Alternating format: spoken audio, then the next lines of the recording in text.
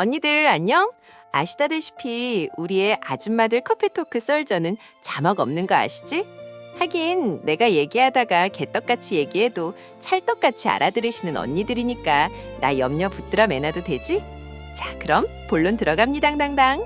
속보, 며느리 지수, 30년 전 아버지 유언장, 시댁 금고에서 극적 발견, 시댁의 부유함 뒤에 숨겨진 며느리 재산 가로채기 대반전, 1편, 금고 속의 진실. 시아버지 유품 금고에서 30년 전 친아버지의 유언장이 터져나왔다네. 이 집, 이 재산 전부 시댁 것이 아니라 사실은 며느리 지수의 것이었다는 거 아니겠어, 언니들.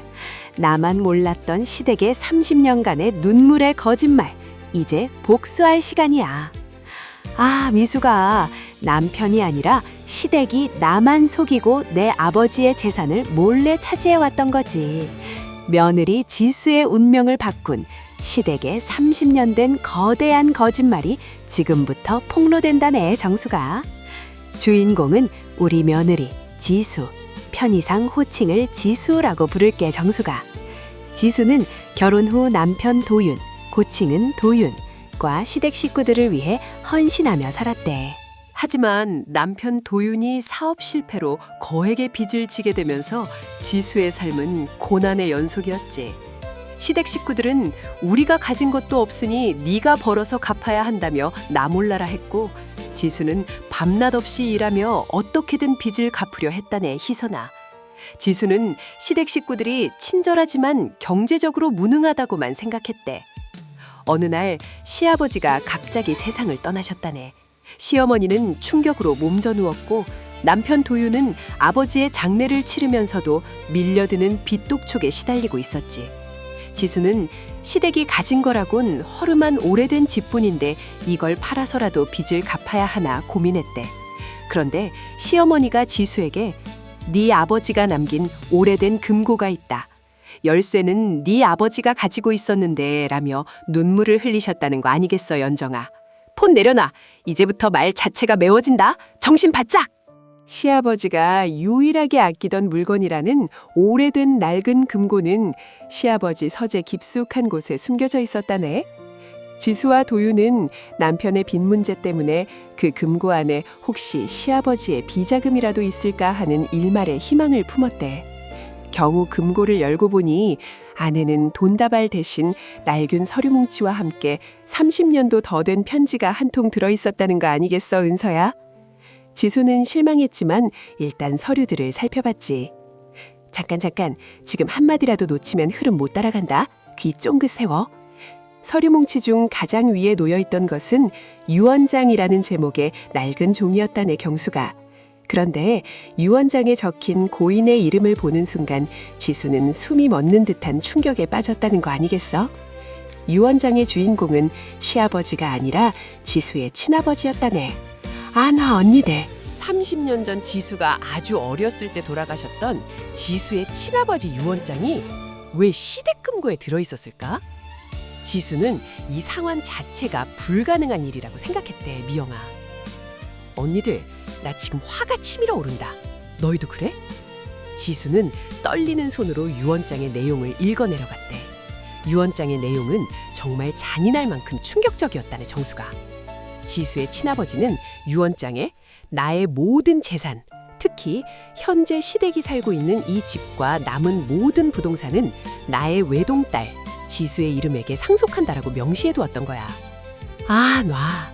지금껏 시댁이 우리 집이라고 주장하며 살고 있던 이 집이 사실은 지수의 친아버지 소유였고 30년 전부터 지수에게 상속된 재산이었다는 거잖아.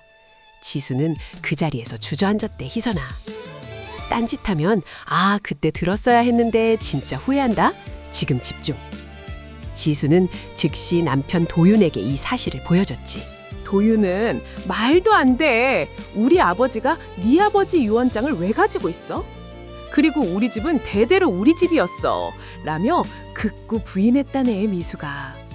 하지만 지수가 금고 속 낡은 편지까지 펼쳐 보이는 순간 도윤은 창백한 얼굴로 아무 말도 하지 못했대. 그 편지는 시아버지가 시어머니에게 보낸 편지였는데 거기에는 자네 남편이 사고로 죽은 건 안타깝지만 자네가 상속받은 그 재산을 당분간 우리가 관리하며 살아야겠네. 내 딸 지수에게는 비밀로 해두자. 라고 적혀 있었다는 거 아니겠어, 경수가. 이 한마디가 모든 걸 바꾼다. 집중.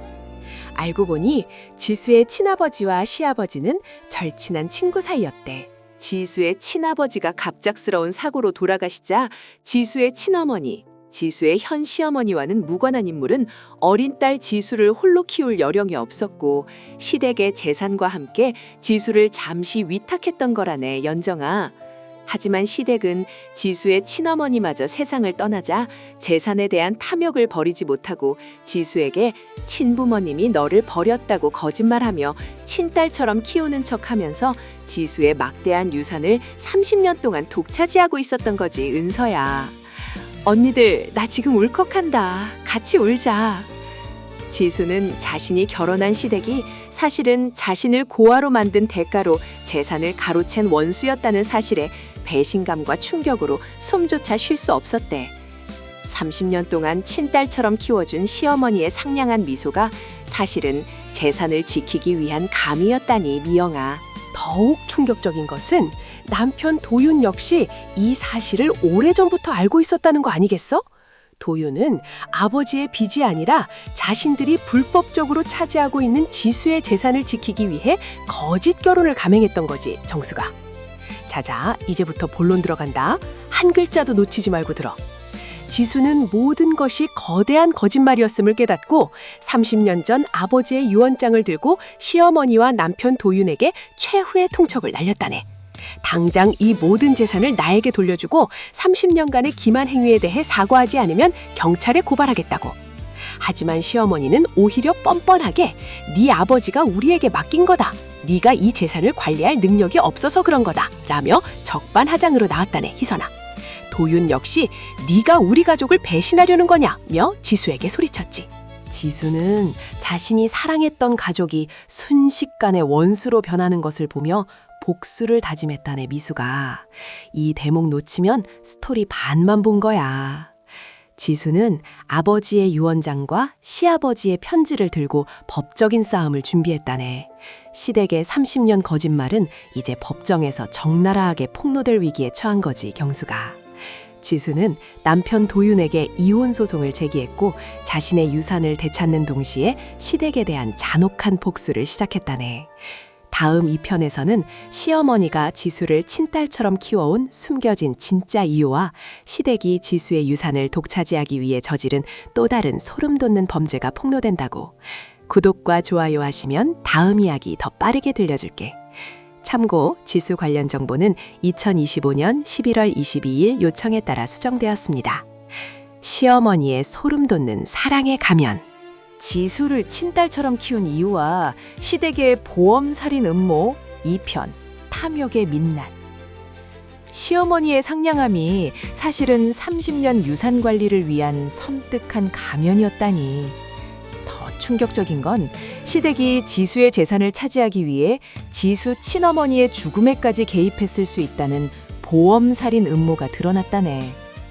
아, 미수가 이건 단순한 유산 가로채기가 아니라 고의적인 기만과 범죄였던 거지. 지수는 이 증거를 가지고 시댁에 최후의 일격을 가하려 한다네, 정수가. 1편에서 지수는 시아버지 금고 속에서 친아버지의 유언장을 발견하고 시댁이 30년 동안 자신을 속이고 막대한 유산을 독차지했다는 충격적인 진실을 알아냈잖아, 언니글. 특히 남편 도윤까지 이 모든 사실을 알고 지수와 거짓 결혼을 했다는 사실을 지수는 절망했지, 희선아. 딴짓하면 아, 그때 들었어야 했는데 진짜 후회한다. 지금 집중. 지수는 곧바로 법원에 상속 회복 청구 소송과 도윤에 대한 이혼 소송을 제기했다네.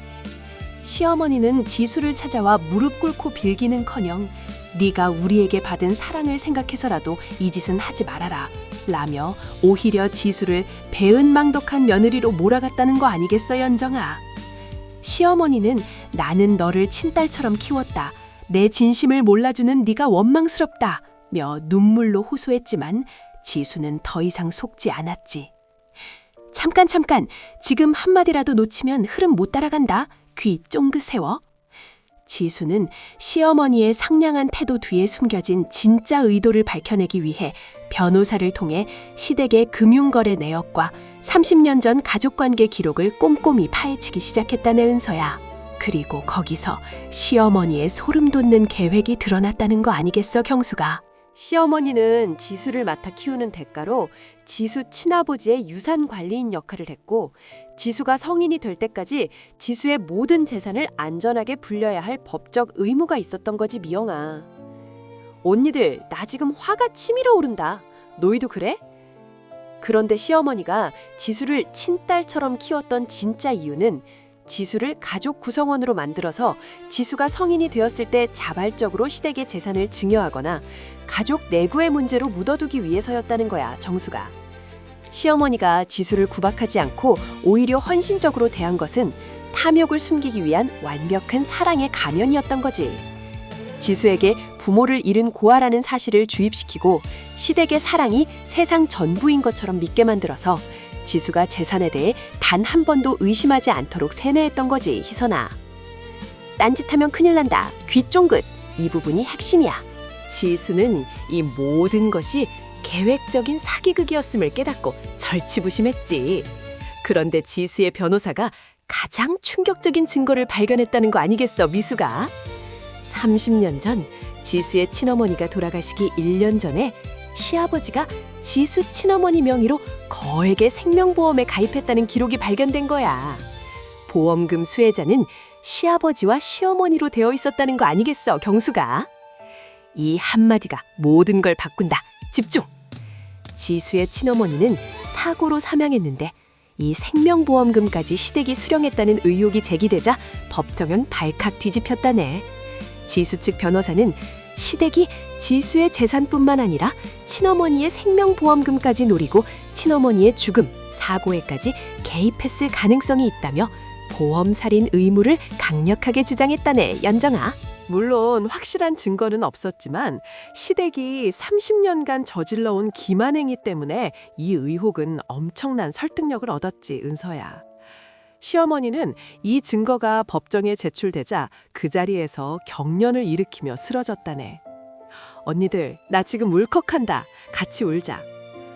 남편 도윤은 어머니가 쓰러지는 것을 보고 지수에게 달려와 네가 우리 어머니를 죽이려고 하는 거냐?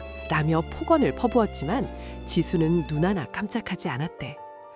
지수는 도윤에게 네 어머니가 나에게서 훔쳐간 내 삶, 내 재산, 그리고 내 어머니의 죽음에 대한 진실을 내가 되찾으려는 것뿐이다 라며 단호하게 맞섰지, 미영아.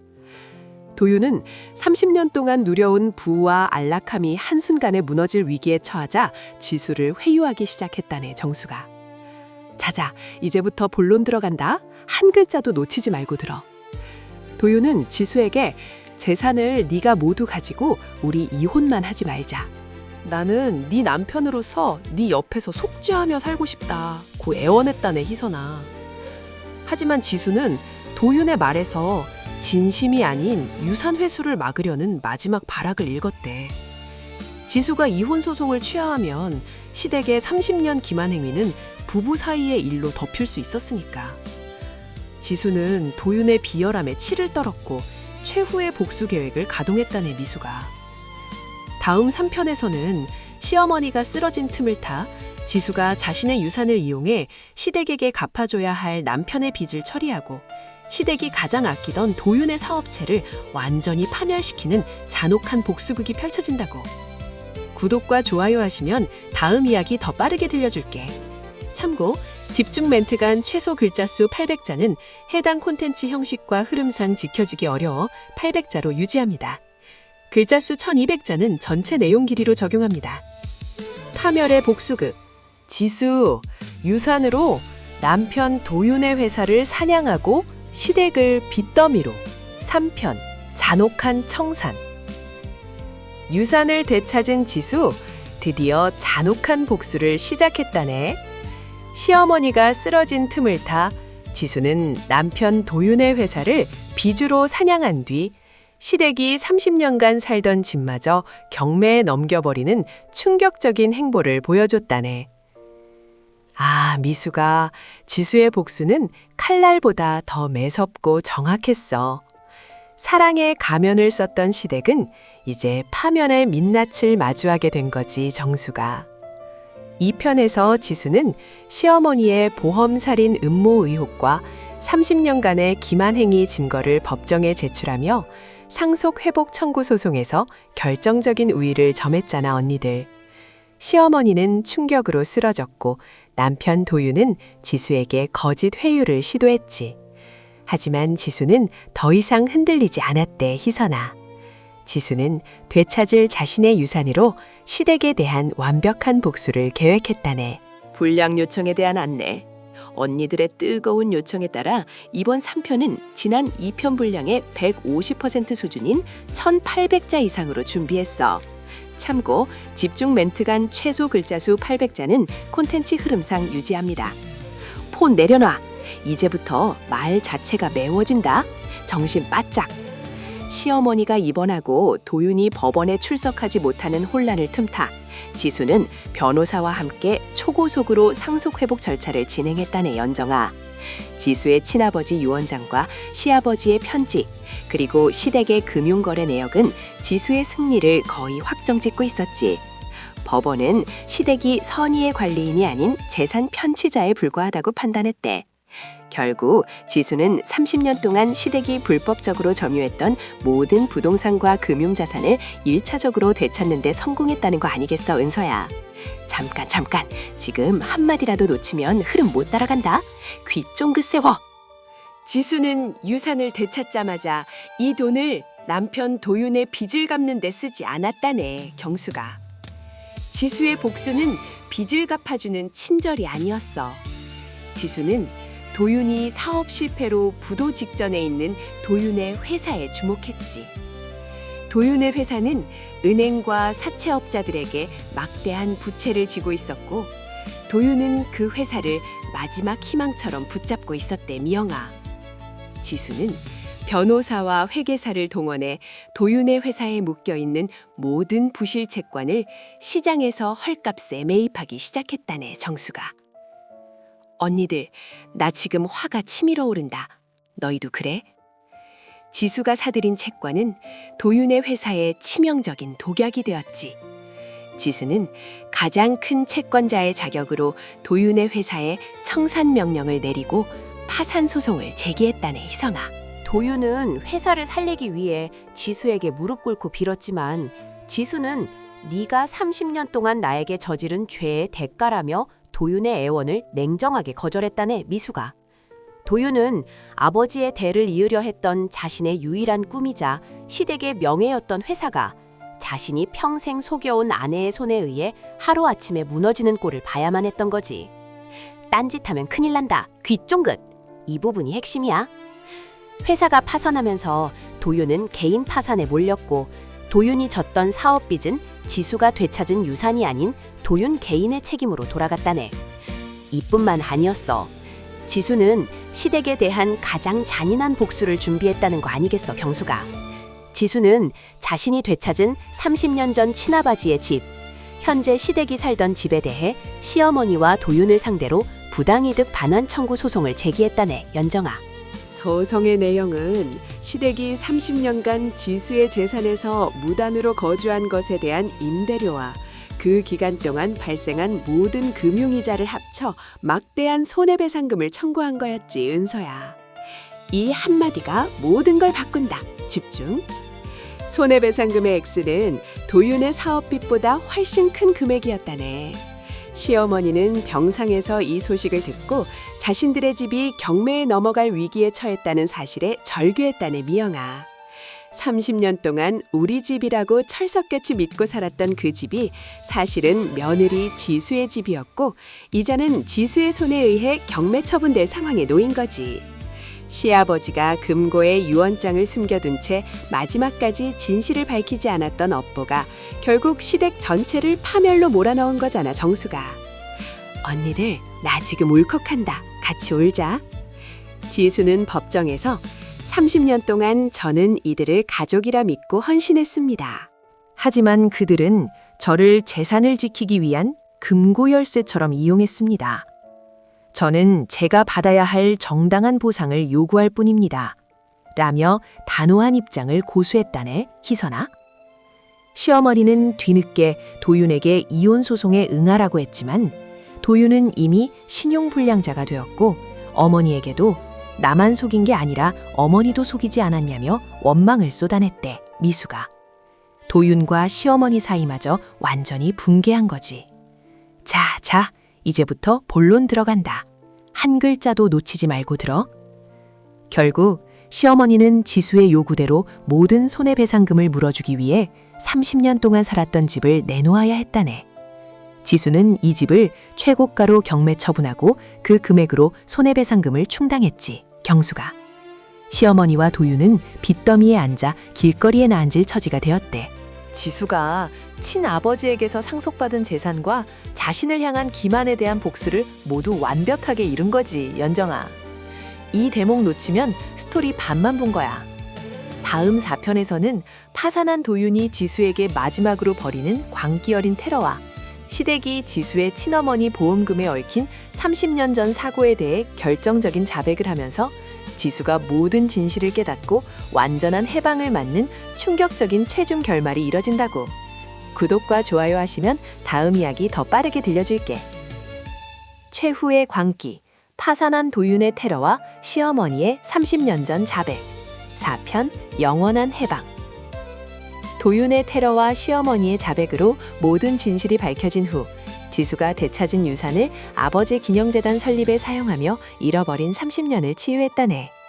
시댁의 잔재를 완전히 청산하고 새로운 삶을 시작하는 지수의 감동적인 마지막 이야기야.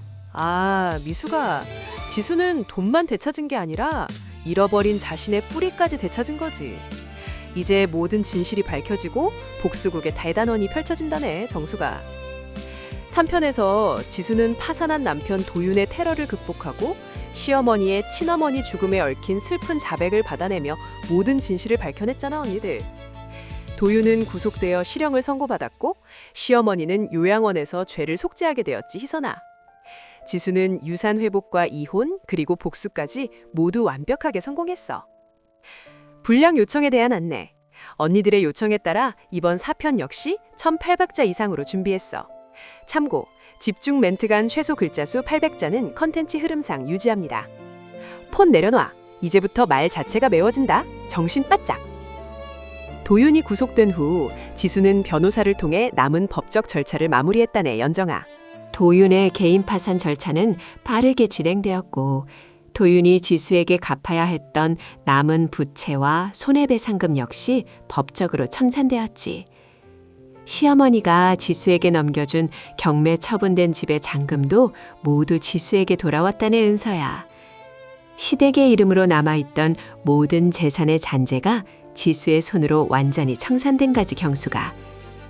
지수는 이제 30년 동안 시댁의 거짓말에 묶여있던 모든 족쇄에서 벗어난 거야, 미영아. 잠깐. 지금 한마디라도 놓치면 흐름 못 따라간다. 귀 쫑긋 세워. 지수는 되찾은 유산을 정리하면서 친아버지의 유언을 다시 한번 되새겼대, 정수가. 유언장에는 나의 모든 재산은 나의 외동딸 지수에게 상속한다 고만 되어 있었지만 지수는 이 재산이 친아버지의 사랑과 노력의 결정체임을 알았지. 지수는 이 재산을 복수의 도구로 사용했지만 이제는 치유와 긍정적인 힘으로 바꿔야 할 때라고 생각했대, 희선아. 지수는 변호사와 상의 끝에 친아버지의 이름을 딴 555 기념재단을 설립하기로 결심했다네, 미수가. 언니들, 나 지금 화가 치밀어 오른다. 너희도 그래? 이젠 감동에 겨워 눈물 흘릴 준비하자. 재단의 목적은 지수처럼 갑작스러운 사고로 부모를 잃은 아이들에게 교육 및 심리치료 지원을 제공하는 것이었대, 경수가. 시어머니의 자백을 통해 친어머니의 슬픈 마지막을 알게 된 지수는 자신처럼 고통받는 아이들이 친부모의 사랑을 잊지 않고 세상에 다시 설 수 있도록 돕고 싶었던 거지. 지수는 되찾은 지산 중 상당 부분을 재단의 종잣돈으로 기부했다네, 연정아. 이 재단 설립은 단순히 돈을 쓰는 행위가 아니라 30년 동안 잃어버렸던 친부모의 사랑과 자신의 정체성을 세상에 되돌려주는 가장 아름다운 속죄이자 치유였던 거지, 은서야. 딴짓하면 큰일 난다. 귀 쫑긋. 이 부분이 핵심이야. 재단 설립 소식은 파멸한 시댁에게도 전달되었다네. 요양원에 있던 시어머니는 이 소식을 듣고 말없이 눈물만 흘렸다고 해. 시어머니는 탐욕 때문에 지수의 재산을 가로챘지만 지수는 그 재산을 선한 영향력으로 바꿔냈던 거지. 시어머니는 지수를 찾아가 지수야, 네가 정말 내 딸이었으면 좋았을 텐데 라며 마지막으로 진심 어린 사과를 전했다네, 미영아. 지수는 시어머니의 사과를 받아들이지도 거절하지도 않았다네. 그저 이제 각자의 삶을 살자며 냉정한 거리를 유지했지, 정수가. 지수에게 시어머니는 시어머니의 할 대상이 아니라 자신의 과거의 일부일 뿐이었으니까. 이 한마디가 모든 걸 바꾼다. 집중! 지수는 도윤과의 관계 역시 완전히 단절했다네. 도윤은 옥중에서도 지수에게 용서를 구하는 편지를 보냈지만 지수는 모든 편지를 개봉하지 않고 돌려보냈다네, 희선아. 지수에게 도윤은 첫사랑이자 남편이었지만 가장 잔인하게 자신을 기만한 원수였지. 지수는 과거의 아픔을 묻어두고 미래를 바라보기로 결심했다네, 미수가. 지수의 선택은 용서가 아니라 망각을 통한 완전한 해방이었던 거지. 자자, 이제부터 본론 들어간다. 한 글자도 놓치지 말고 들어.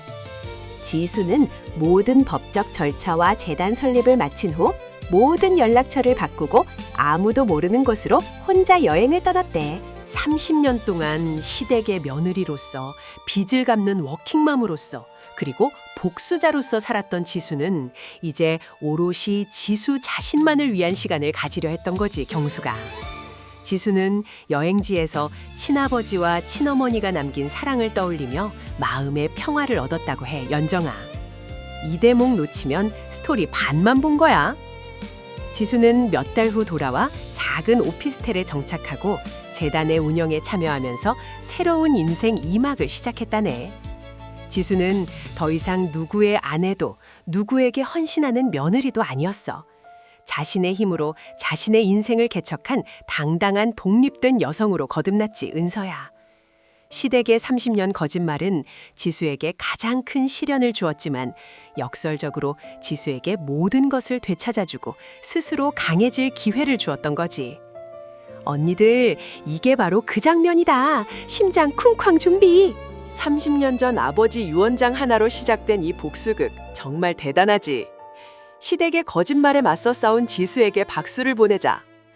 이제 다음 막장 드라마 주제를 골라야 할 시간이야. 구독과 좋아요 하시면 다음 이야기 더 빠르게 들려줄게. 참고 최종 편이므로 다음 편은 없습니다.